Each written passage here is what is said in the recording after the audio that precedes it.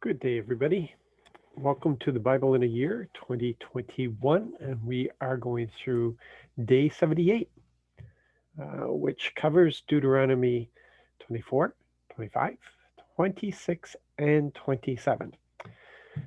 So let's get into it. I'm trying to turn a new leaf and summarize some things instead of going into greater detail, and still trying to focus here on relationship with Yahweh. Um, so here we are in Deuteronomy 24, verses 1 to 4. And here we're dealing with the regulations on divorce. And this is an example of the ongoing revelation of Yahweh, of what pleases him and what doesn't please him. And this is a situation, as Jesus has explained to us, and the reason we know is because Jesus has explained this to us, that divorce was something that was tolerated but did not please Yahweh. Um, it was a breaking of a covenant, and he did not like breaking of covenants. But this is the reality that they were in, that the revelation of Jesus had not yet been brought in. So they didn't have the understanding of the depth of Yahweh's heart. They did not have this. We're still dealing with symptoms instead of sources.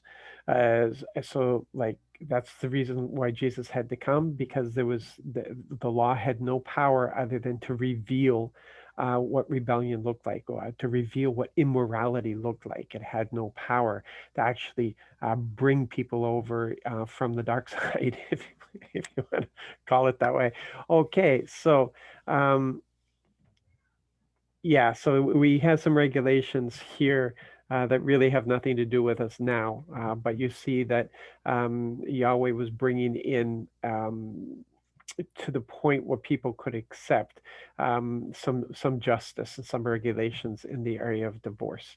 But Jesus gave us that fuller revelation on that. And and just here in verse 5, man, it's obvious that Yahweh's wisdom is so much greater than ours. The Creator's wisdom, of course, would be greater than ours. He knows how he created us and how we're supposed to function. But just look at this.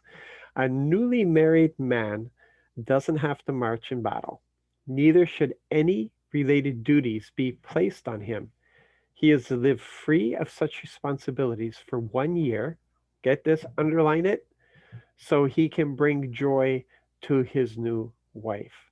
That first year of relationship is so foundational.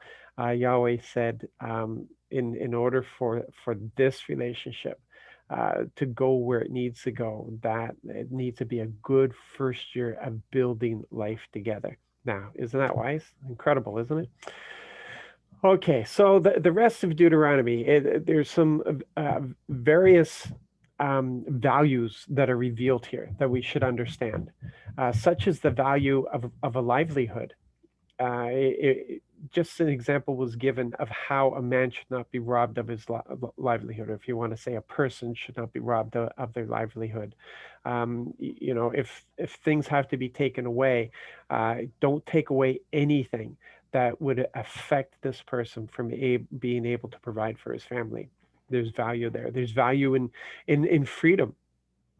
Um, we see that with the attitude towards runaway slaves, the seventh year, the whole thing there is value of freedom that has to be honored. The value of hygiene, and we've seen this. I mean, there's all those regulations are there for a reason, because people could not understand how disease was being passed on, but Yahweh did. So the whole system of hygiene was brought into place. That value of personal property.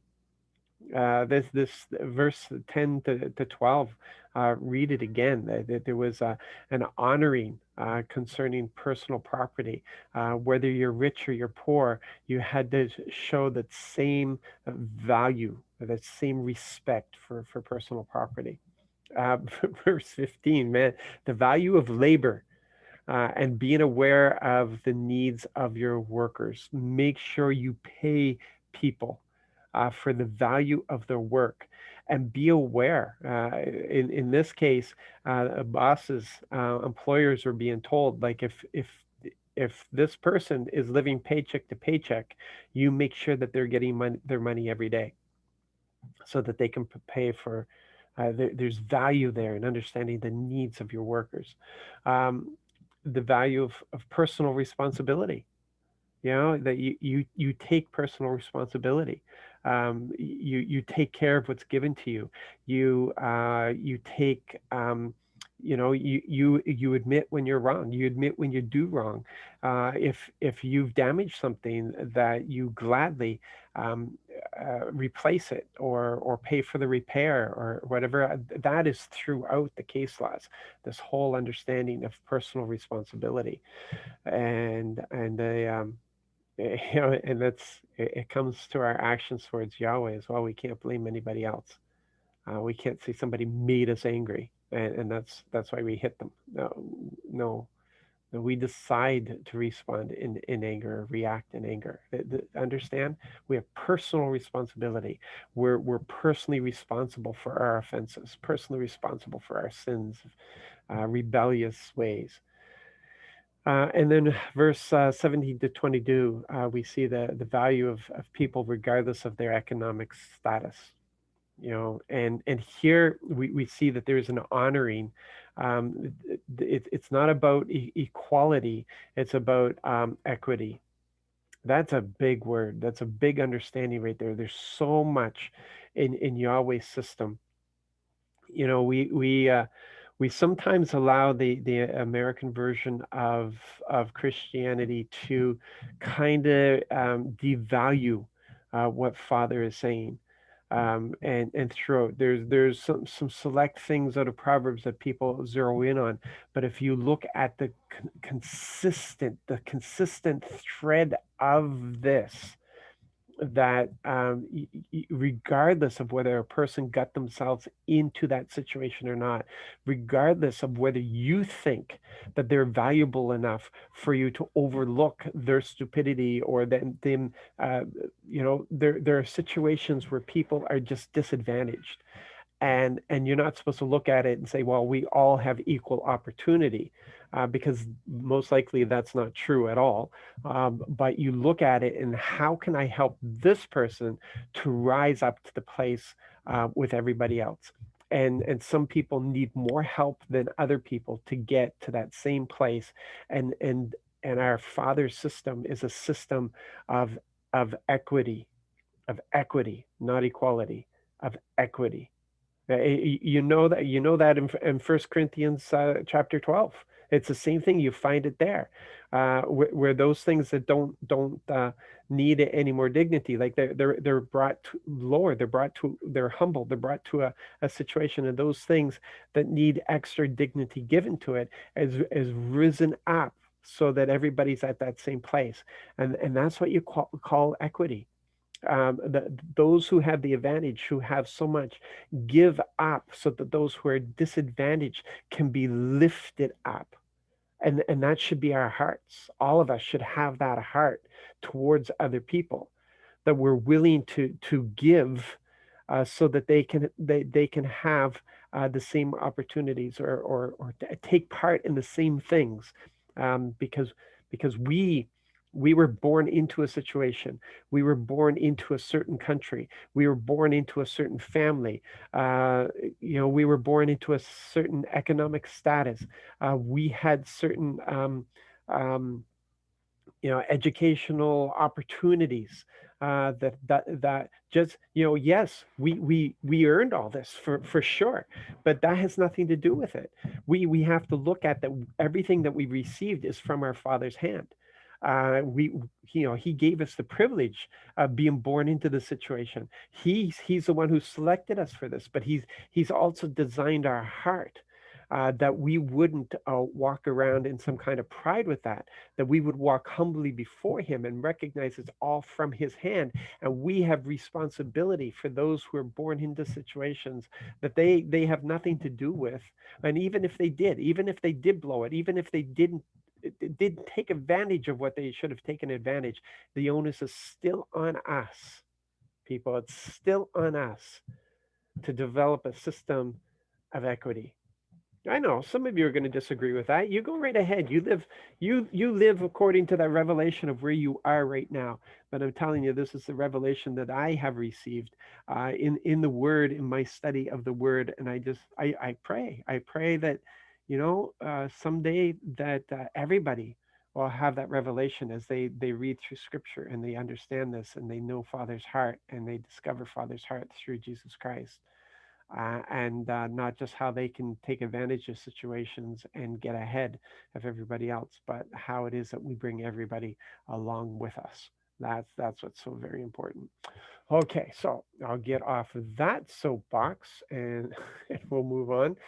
Um, okay, so going into chapter 25, uh, you know, again, we're looking here at a measured justice.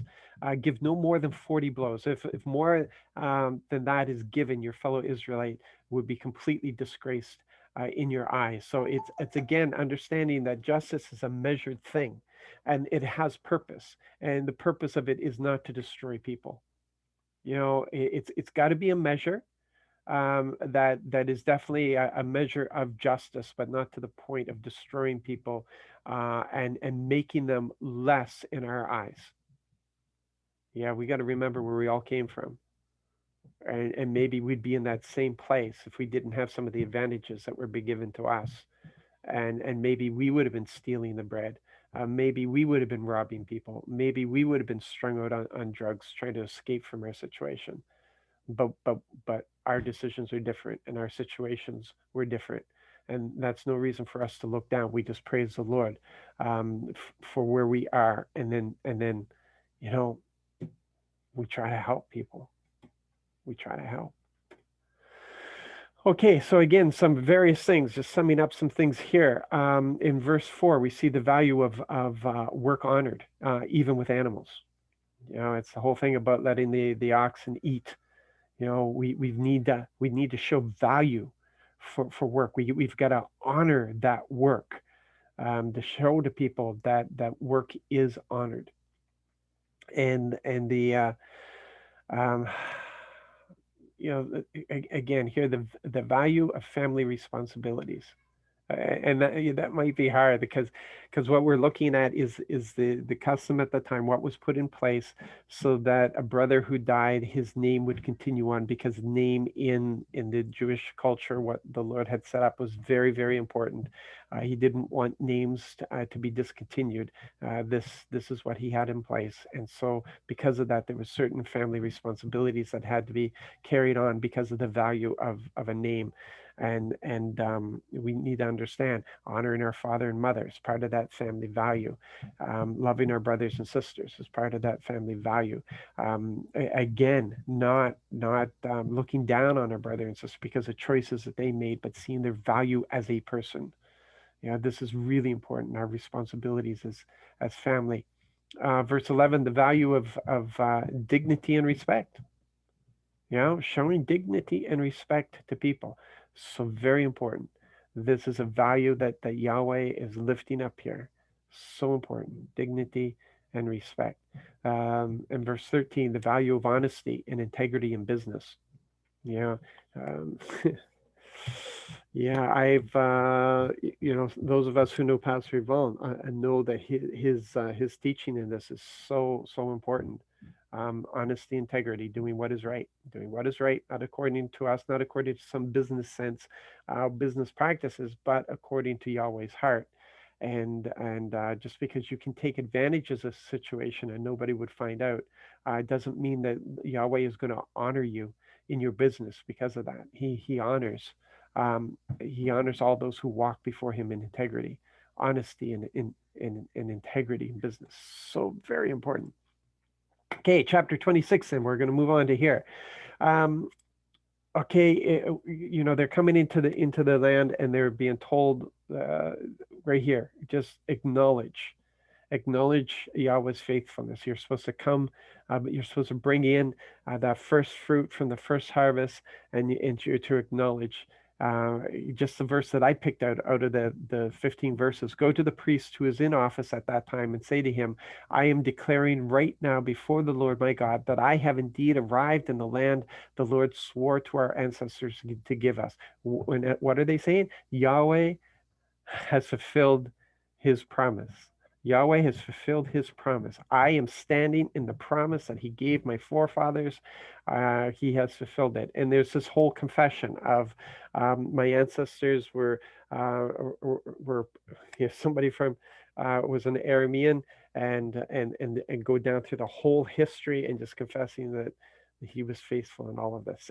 That's so important, that acknowledgement of Yahweh's faithfulness. Remember that the 10 people that Jesus sent away to be healed, and they were healed, and only one came back. And we have to remember to come back, people. When Yahweh, when Jesus is faithful to his promises, we need to come back and we need to worship. We need to honor. We need to bless. We need to stand in that. And here it just again, all of this is being summed up, but we're seeing the people's part of the covenant is just stated right here in such simplicity. Today you have affirmed that the Lord will be your God, and that you will walk in his ways and follow his regulations, his commandments, and his case laws, and that you will obey his voice. So this is a nice summation of their part of the covenant. Okay, this is what they're promising. And remember, I just wanted to point this out where it says you will obey his voice. Remember, he designated the prophet as representing his voice. In that system of governance that he's put in place, it's the prophet who represents his voice. And they're saying here, and that you will obey his voice. And then there's the things that they're to do on their arrival. Okay, the things that they have to do on their arrival in verse 27, or in chapter 27. One, rewrite the instructions at the entry point on a large monument. That's what this whole chapter is just describing, these three things. Rewrite the instructions at the entry point on a large monument. The second is worship Yahweh with sacrifices from appreciation for all that he has done. And there's a description that the altar must be built using natural stone, no instruments at all. And he's been like that since the beginning, way back. The first altars are to be made of just fertile earth. And then he allowed for stones, but the stones weren't allowed to have any instruments. They weren't allowed to use any instruments on it. And then the third thing is that they are to perform the ceremony of the blessings and curses. They have to perform the ceremony of the blessings and the curses on the two mountains. And then we have this. Okay, it's done. It's like, yeah, it's forged now. Forged in fire. The covenant is now set. In verse 9 and 10, then Moses and the Levitical priests said to all Israel, quiet down and listen, Israel. This very moment, you have become the people of the Lord your God. This very moment right here, you have become the people of the Lord your God. So obey the Lord your God's voice. Do his commandments and his regulations that I'm giving you right now. See, they had a choice and they made their choice. They chose to be his people. And in choosing to be his people, they made the promises. They made the promises that they would obey his voice. They would obey his voice, that they would follow his commandments and his regulations. This is what's being set up. So going forward, when they decide to step in disobedience, it's like it's on them. It's obvious. It's clear. Yahweh has made this absolutely clear. It's all written down. It's clear what they are to do. It's clear what he's going to do for them. He's going to lift them up before all nations. He's going to make them a great nation. It's in the previous chapter, in chapter 26. You can read that all for yourself. It's there. What his part of the covenant is. It's clear what their part of the covenant is, to walk in this obedience and to honor him, and it's clear as anything. So going forward, whatever consequences fall on them as a result of their rebellion, as a result of them bringing injury to this relationship, it's on them. It is on them. So there you go. You got it all.